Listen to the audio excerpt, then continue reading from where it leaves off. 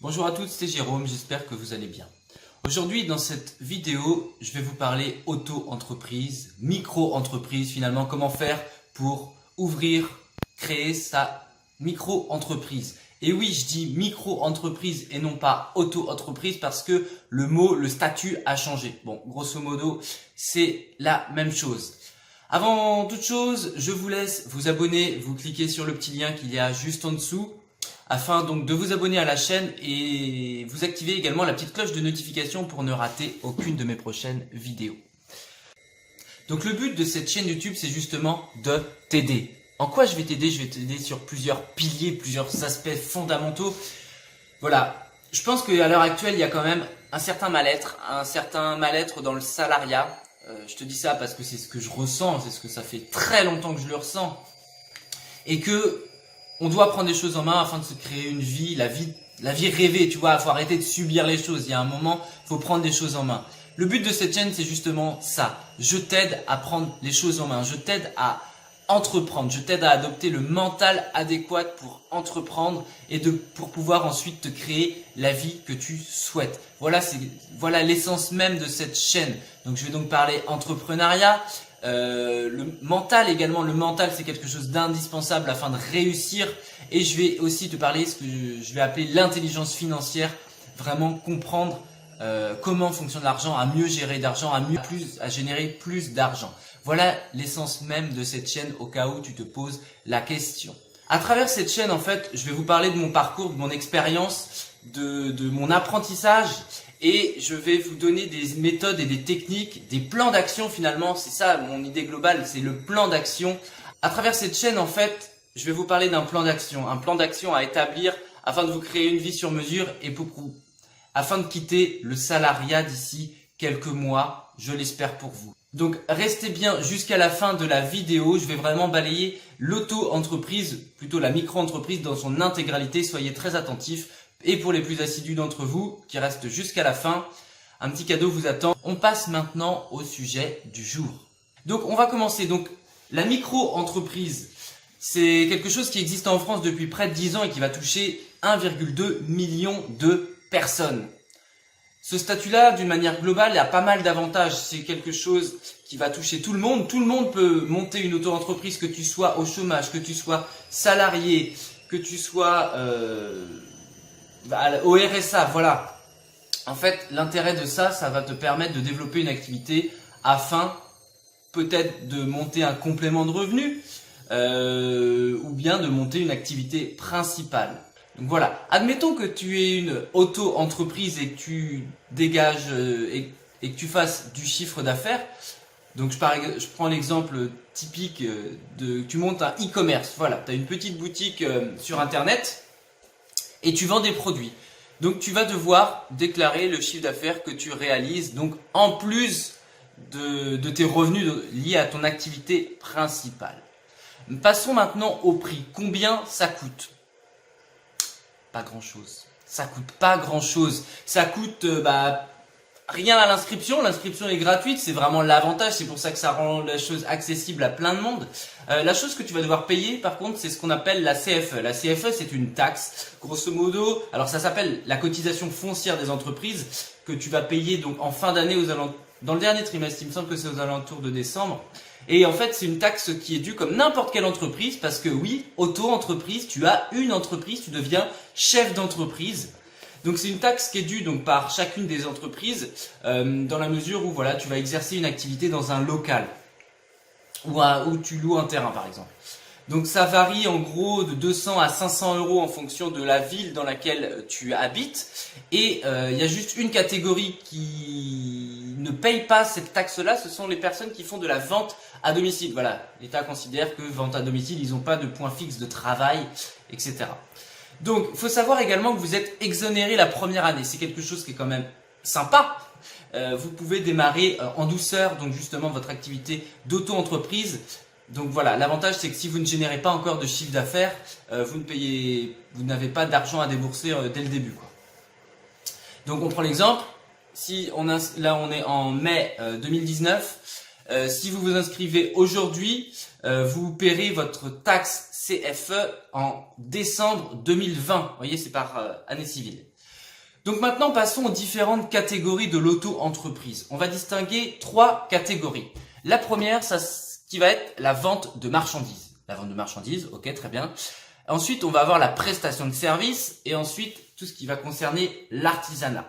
Dans cette vidéo, je vais surtout m'attarder à la vente de marchandises et à la prestation de services. Je m'excuse auparavant pour les artisans qui regarderont cette vidéo. Mais voilà, je vais davantage accentuer ça. Alors, ça ne veut pas dire que ce que je vais vous dire ne concerne pas l'artisanat, mais j'ai pas pris la peine, en fait, j'ai pas pris le temps de m'intéresser à ces chiffres-là.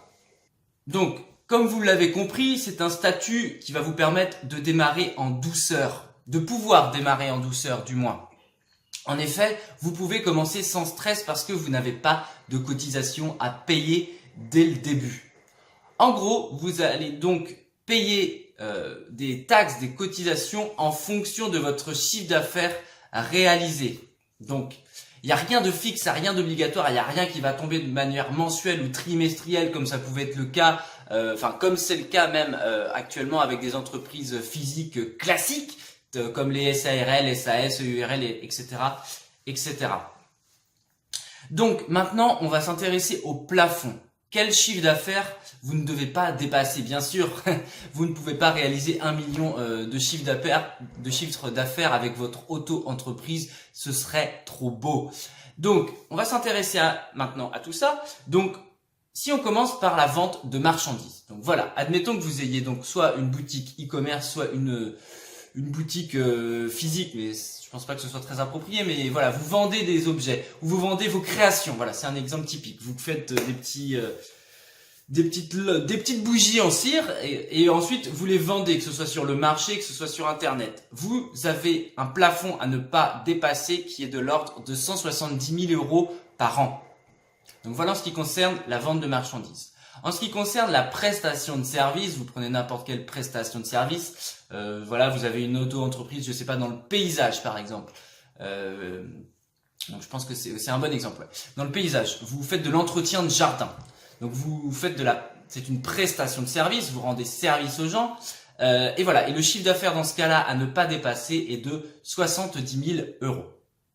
Dernière possibilité en ce qui concerne la prestation de service et la vente de marchandises, c'est si vous avez une auto-entreprise qui fait un mix des deux. Dans ce cas-là, le chiffre d'affaires à ne pas dépasser est donc de 170 000 € avec 70 000 € toujours en prestation de service. Donc voilà en ce qui concerne donc les plafonds à ne pas dépasser au niveau de votre micro-entreprise. Donc vous comprenez bien que c'est quelque chose qui peut être très intéressant. En l'occurrence, si vous développez une activité en parallèle de votre activité salariale. Et puis si, de la même façon, si vous souhaitez vous lancer sur une activité principale, c'est quelque chose qui va vous permettre donc de démarrer sans stress et de pouvoir quand même générer un chiffre d'affaires qui est assez intéressant. Il faut savoir quand même que ces plafonds de chiffre d'affaires ont été doublés début de l'année. Alors, il me semble que c'est début de l'année 2019 ou 2018. Mais voilà, avant vous étiez sur donc 85 000 € et 35 000 €. Donc là, ça restreignait quand même pas mal les choses. Intéressons-nous maintenant aux différents taux, aux taxes finalement que vous allez payer voilà, par rapport à l'activité que vous allez pratiquer. Donc admettons que vous soyez en vente de marchandises. Je vais reprendre mon exemple de vente de bougies artisanales que j'ai pris juste avant. Donc voilà, le taux à appliquer, la taxe que vous allez reverser à l'État par rapport à cette activité-là est donc de 12,8%. Donc par exemple, vous vendez pour 1 000 € de bougies, vous allez avoir donc 128 € de taxes à reverser à l'État.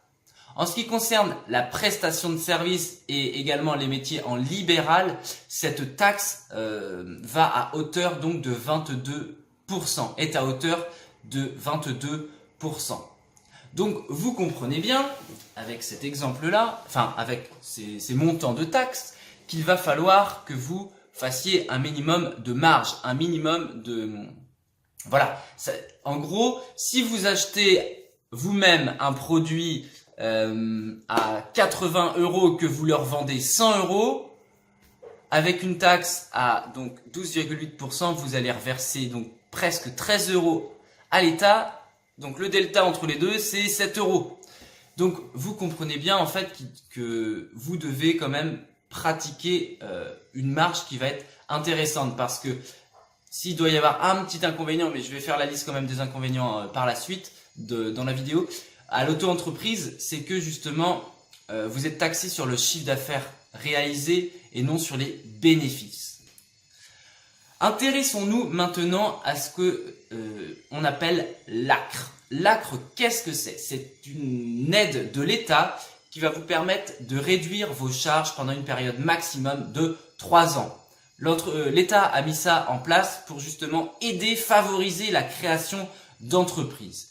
Grosso modo, comment ça se passe? Pendant les 12 premiers mois de votre début d'activité, vous êtes exonéré de manière totale sur les charges voilà, que vous devez reverser à l'État. Et ensuite, vous avez une prolongation qui va être possible sur une période de 24 mois. Il y a des conditions à remplir. Il y a une exonération également qui va être en fonction des plafonds. Quels sont les critères maintenant pour prétendre à l'ACRE? Vous devez être soit demandeur d'emploi, soit au RSA. Ça s'adresse également aux salariés, aux moins de 26 ans. Bref, c'est une aide qui est ultra intéressante, c'est quelque chose qu'il ne faut pas négliger sur un début d'activité. Ça permet également de se lancer donc de manière plus sereine. Voilà, on est dans un pays qui nous taxe beaucoup, certes, mais je dois dire qu'il y a quand même certains dispositifs qui favorisent et encouragent la création d'entreprises, parce qu'il y a, voilà, encore une fois, ne serait-ce que ça permet de se lancer et sans avoir le stress du début. Donc vous avez en fait beaucoup plus d'informations. Là, je vous ai fait vraiment un condensé sur le site de l'URSSAF. Voilà, vous tapez URSSAF et vous mettez ACRE dans le moteur de recherche. Vous tomberez ensuite sur un article très détaillé pour justement voir de manière précise cette aide de l'État au niveau de la réduction des charges. Parlons maintenant au droit du chômage. Il y a quelque chose de nouveau qui a été mis en place en ce début d'année, si je dis pas de bêtises. C'est le fait de pouvoir ouvrir des droits au chômage. Pardon, je cherchais mes mots. Donc en gros, maintenant quand vous avez une auto-entreprise, vous cotisez de la même façon qu'un salarié classique. C'était pas le cas avant, mais voilà, maintenant vous avez cette possibilité-là. Bien sûr, il y a des conditions à remplir et c'est bien normal. Vous devez avoir au moins une activité qui dure depuis 2 ans, générer un chiffre d'affaires de plus de 10 000 € et ne pas avoir été placé en redressement judiciaire. Vous comprenez bien que si vous ne générez pas de chiffre d'affaires, il n'y aura pas de droit au chômage. Donc voilà, ça c'est une nouveauté sur ce début d'année 2019. Donc voilà, encore une fois, ce statut d'auto-entreprise, enfin micro-entreprise, évolue, s'améliore avec le temps. C'est quelque chose qui va, voilà, je pense, de se démocratiser de plus en plus. Il y a une réelle envie de la part des gens de faire les choses par eux-mêmes, d'entreprendre. Je pense que le gouvernement a clairement compris cela. Alors, je suis pas là du tout pour parler politique. C'est pas du tout l'objectif de cette chaîne, mais voilà. Il faut pouvoir profiter justement de cette offre qu'on nous donne, de pouvoir se lancer de manière facile pour créer sa propre activité. Au niveau du compte bancaire, sur quel compte, voilà, est-ce que ça va arriver, certains d'entre vous vous demandez, ok, est-ce que je dois ouvrir un compte particulier, est-ce que ça doit arriver sur mon compte personnel avec celui de mon conjoint, de ma conjointe, etc. Alors, avant, oui, vous deviez avoir un compte vraiment dédié à celui de l'auto-entreprise. Maintenant, c'est le cas uniquement si votre chiffre d'affaires est supérieur à 5 000 €. Alors moi, ce que je vous conseille pour ne pas avoir de frais de tenue de compte, etc., c'est d'avoir tout simplement une banque en ligne. Vous en avez des dizaines. Pour ma part, j'utilise Boursorama. Je suis pas là pour faire de la pub, mais bon, c'est quelque chose qui fonctionne très bien. Il y a un lien qui est juste en dessous si vous voulez avoir un parrainage de ma part. Donc voilà, vous regardez tout ça. Vous en avez d'autres, hein, c'est Boursorama, moi c'est celle que j'avais trouvée et ça me convient. Mais il y en a plein d'autres. Donc voilà, un compte bancaire dédié si votre chiffre d'affaires dépasse les 5 000 €. Pour mesdames qui attendaient un heureux événement, voilà, qui peut-être vous posez la question, vous êtes enceinte et comment ça se passe quand une femme est enceinte? Vous avez le droit à un congé maternité, voilà, de 8 semaines. Avant, c'était 5 semaines. Donc, vous voyez, encore une fois, ça progresse. Donc maintenant c'est à hauteur de 8 semaines et vous êtes indemnisé à hauteur de 54 € par jour de congé maternité. Voilà pour les futures mamans qui se posent la question. Donc je vais essayer maintenant de vous condenser quels sont les avantages et les inconvénients de l'auto-entreprise afin que vous y voyez plus clair. Je vais essayer de vous condenser tout ça. Donc, vous le comprenez bien, je vais commencer par les avantages. Les avantages, c'est que c'est un statut qui est souple et qui est simple. Voilà. En 1 heure, grosso modo, vous pouvez vous inscrire. On vous demandera bien sûr des justificatifs, mais grosso modo, en 1 heure de formulaire sur Internet, vous pouvez créer votre auto-entreprise. Le deuxième point qui est quand même hyper important et c'est plutôt cool, c'est que vous n'avez pas de comptabilité à tenir. En effet, vous êtes exonéré de TVA. Il n'y a pas à s'embêter avec la TVA perçue, la TVA reversée. Il n'y a rien de tout ça. Il n'y a pas de TVA à collecter, il n'y a pas de TVA déductible. Du coup, votre trésorerie est beaucoup plus facile à tenir. L'avantage de l'auto-entreprise, vous l'avez bien compris, c'est de pouvoir bien sûr cumuler les activités. Ça, actuellement, je suis clairement dans ce cas-là. Vous voyez, cette chaîne YouTube et le chiffre d'affaires que je vais générer avec cette chaîne YouTube, je suis en auto-entreprise. À côté de ça, je suis toujours salarié de mon activité principale. Donc voilà, ça me permet de jongler sur plusieurs tableaux, de pouvoir entreprendre tout en étant sécurisé pour l'instant avec mon salariat. Et le jour où l'auto-entreprise va être suffisamment armée, voilà, je lâcherai ensuite le salariat parce que c'est clairement mon but. C'est le but de cette chaîne d'une manière globale, vous apprendre à entreprendre afin de mettre le salariat de côté par la suite. Voilà. Et enfin, le dernier gros avantage, c'est bien sûr le fait d'avoir des taxes et des prélèvements qui sont de 1 faibles et de 2 exonérés sur le début d'activité avec l'ACRE. Bon, ça c'est quand même le cas avec pas mal d'entreprises, mais de statut d'entreprise plutôt. Mais voilà, vous avez en fait quelque chose qui est très simple. C'est un modèle, un statut social qui est quand même hyper simple. Ça permet donc de se lancer. Tout à chacun peut demain créer une entreprise et essayer de faire son trou. Voilà. Pour moi, l'auto-entreprise, la micro-entreprise, ça favorise clairement l'entrepreneuriat. C'est une chance, mais inouïe. Vous ne pouvez même pas imaginer. Vous pouvez exploiter vos talents. Clairement, croyez en vous. Essayez, tentez, vous n'avez rien à perdre. Comme vous l'avez compris, ça ne coûte rien sur le début de l'activité. Vous ne faites pas de chiffre d'affaires, vous n'avez pas de taxes à reverser. Voilà. Moi, je trouve franchement que c'est une chance mais incroyable que l'on a de pouvoir s'essayer tout simplement. Vous pouvez vous essayer sans risque. Donc voilà. Donc ça, ce sont les avantages et mon point de vue par rapport aux avantages. On va maintenant s'attarder aux inconvénients.